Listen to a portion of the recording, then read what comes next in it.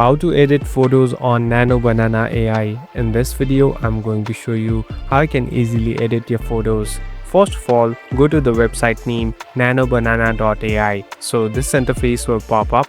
So now I'm in my home page. Here on the left hand side, there's a button called Start Editing. Simply tap on Start Editing.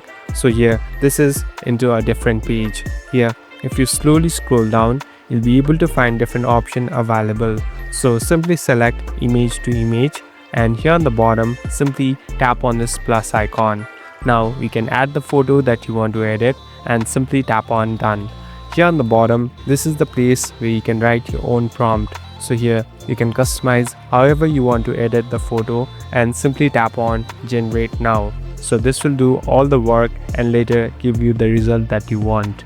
Thank you for watching this video. I hope this video will help you.